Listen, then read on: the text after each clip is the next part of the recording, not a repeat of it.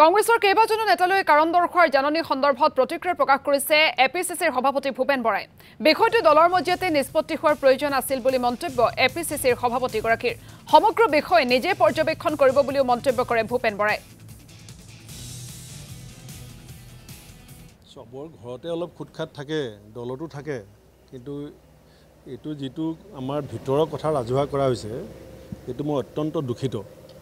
এটা মই নাছিলোঁ, আপোনালোকে জানে 6 দিন মই অসমৰ বাহিৰত আছিলোঁ। মই অত্যন্ত দুখিত আৰু এইটো হ'ব নালাগিছিল। ইণ্টাৰনেল মেটাৰ এটা মানে ৰাজহুৱা কৰাটো কিয় হ'ল মই আজি খবৰ ল'ম, এতিয়া কথা পাতিম চবৰ লগত। আৰু ইতিমধ্যে যিসকলক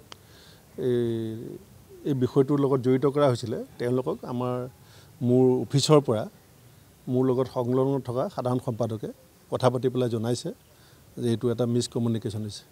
বাকীসকলক যিসকলে এইটো জড়িত হৈছে মই সকলোকে কথাও পাতিছোঁ আৰু কথা পাতিমো।